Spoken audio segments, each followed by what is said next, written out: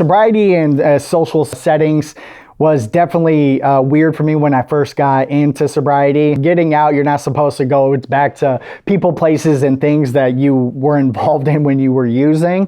But not the only skill, but where I made a lot of money, good money, was bartending and serving. So freaking 1 month sober, went right back in there, and I was afraid because, I mean, the restaurant industry, if anybody's been in the restaurant industry, drugs and alcohol just come with for whatever reason. And so I was kind of hesitant there to go back there. In the beginning, it was kind of weird because me working in the restaurant industry, those are the people that you hang out, that you're around a lot, and they want to hang out, you want to conversate, you want to build that relationship. But me, I was standoffish because I know that I didn't want any part of whatever they were doing, because I knew they were going to hang out and go drink or smoke or snort or do whatever the hell they were going to do. And now being in the business world, I get invited to a lot of dinners, a lot of mixers, going to a lot of networking events. And it was, in the beginning, it was kind of weird or awkward, but now with my name being the Sober Investor, people know there's no really stigma to it. And it's funny, in the higher level world of things, the people that are making money on a high level or doing business at a high level, most of them don't drink anyway. So, but there is a stigma, and it does get weird in some situations, but I think it's becoming more normalized. There is a freaking 100 different non-alcoholic beers now. I think a year, 2 years ago, there was one, now there's 100. So I think the stigma is getting more regular. Instead of not ordering anything, now you can order, I don't, but you can order a non-alcoholic beer and fit right in, so.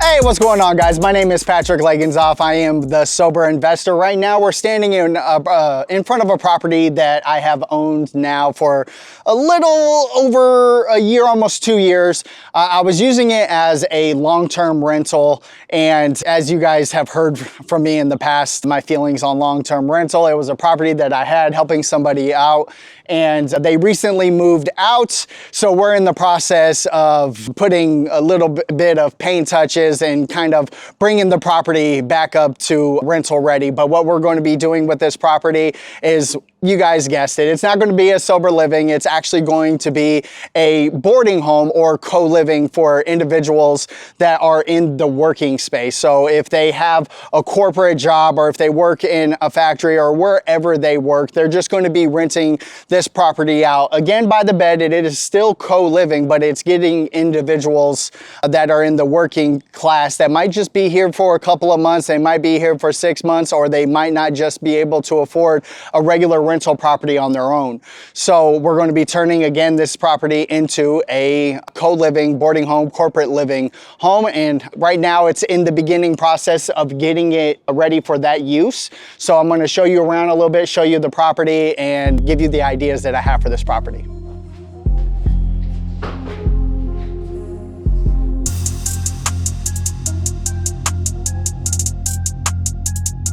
This property is in one of my favorite areas of Phoenix, Arizona. It's right around the 16th Street and Glendale area, Biltmore-ish area. It's one of my favorite areas. So it's in an amazing location. And this property is ideal. It's 5 bedrooms, 4 baths. 3 of those are going to be a master, and with the detached casita being one of those bedrooms, which is really ideal if you have a house manager, or that is a couple that has a lot of things, or they're looking for their own place, or whatever the case is. We have a detached place that would be perfect for them, and then all of the other residents will be in the other rooms. I would kind of like to take you around, kind of show you my ideas for this property, And you guys have a treat today. My son, he's actually working for me as an apprentice. So he's trying to learn as much as possible. And he's here with me today. And this is probably going to be the first property that he has toured. So I'm getting excited for that. So again, this is going to be similar to some of the group homes and sober living stuff that you have seen before, where you have a room.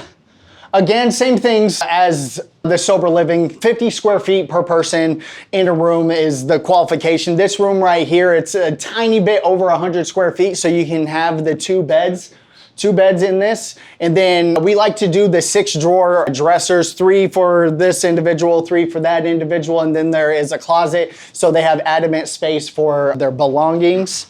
Normally, even in this situation, we don't necessarily have house managers. Here we have assistant house managers. So we're not necessarily going to give a manager his own room like we normally do in a sober living. We'll see who the best fit is in this co-living situation. And once we see who the best fit is, we can make them an assistant house manager, knock off a little bit off of the rent, don't give them a bunch of free rent, but they'll be doing a lot of the same duties that regular house manager would do, collecting money, making sure chores get done, make sure nothing stupid happens. And it's somebody that we can report to. It gives them a little more responsibility and it makes them feel good and they don't want to let you down. So it's always great to have somebody within the house that is your eyes and ears to let you know what's going on, because if you don't have that, who knows what's happening in the house, and the house can turn pretty quickly. A great thing about this property is that there is 4 bathrooms. In the beginning, when I first started doing sober living, something that it just always spaced my mind, I would just see 5 bedrooms. I was like, I'll take it, not knowing that there is 2 bathrooms and 1 is in a master bedroom. So something that people have to think about that might space their mind, when you have only 2 bathrooms in a house and one of them's in the primary bedroom, depending on how big it is, like this room right here, it's 169 square feet, so I could put 3 people in here. Again, we're trying to make them feel comfortable. But if we only could fit 2 beds in here and the other bathroom was amongst the other rooms, another resident is not allowed to come into this room to use that bathroom. So as many people that you could legally fit in this room, that bathroom is now X'd out. So if there's only 2 beds in here taking up that bathroom, that is it. So if we only have 1 other bathroom and there's 4 other bedrooms, the most people legally that we're allowed to get is 5 people to that bathroom. So this house, in that scenario, the most people that you could have in here legally is 7 people. But with this house, again, it's a 5 bedroom and 4 bathrooms, and 3 of the bedrooms are masters, which is amazing. Best case scenario. Everybody likes a bathroom in their room. They don't like to have to go to the community bathroom. They like them right in their room. So it's a huge, huge plus. And it's very hard to find a 5 bedroom with 4 bathrooms, especially with a detached casita. So, all right, guys. So that casita that I was talking about is what is behind me. It's a good sized casita. It's 335 square feet. When we first bought this property, they had gotten all of the permits and everything for the additions and some of the stuff that they did to this property, but they hadn't been passed yet by the time that I bought it. So it was a lot of getting the paperwork together, getting everything together to get this permitted passed for us to go on with the licensing process. So when I first got this property, we were using it in the very, very beginning for a behavioral health home. So we had to go through the whole licensing process. And once we got this thing permitted and went through the licensing process, the city came in and said that we couldn't have a 220 coming through here for whatever reason for the license that we were going through. So we had to remove our beautiful new stove, our beautiful new small refrigerator here. So that's why these gaps are here, is because of those reasons of licensing. Now that we're just doing a regular boarding home, co-living, we might be able to put those items back in there. But again, this is a casita, guys. This would be perfect for a manager so they can go and come as they please. There is even a RV gate over here, so their vehicle, they can even pull it all the way back here, pull it all the way out. But this is amazing. Probably in this scenario, just because of the rooms and the weird sizes of the rooms, I haven't made a full decision yet. I'm not sure if I'm going to give the manager this room, because technically 335 square feet, you could put 6 people in this location. Not that I'm going to do that at all, but I want to make sure that I get 10 people in this property comfortably, and maybe a manager his own room, or maybe like I was talking earlier, just giving an assistant manager that shares a room a little bit off of his rent in this scenario.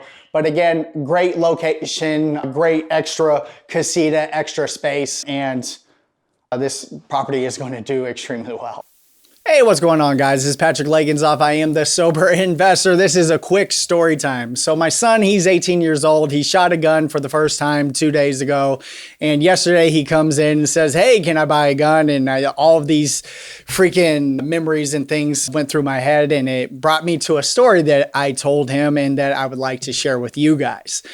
This is, again, back in my using and back in the drunk days. So I was living in Memphis, Tennessee, and this person came up to me. They were looking for some pills. I knew somebody who was selling pills, and I made the connection for them. And then there was like a little get together at this guy's house. I brought a bunch of beer with me to this house, and there was a negotiation that he was supposed to do X, Y, and Z for me for making that connection.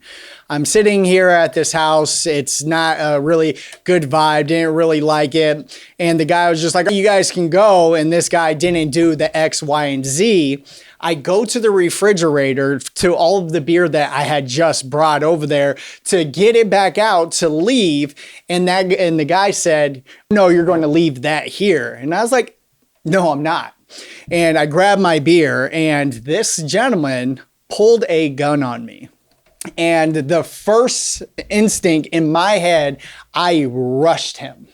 I rushed the guy. We're freaking fighting. We're fighting over the gun.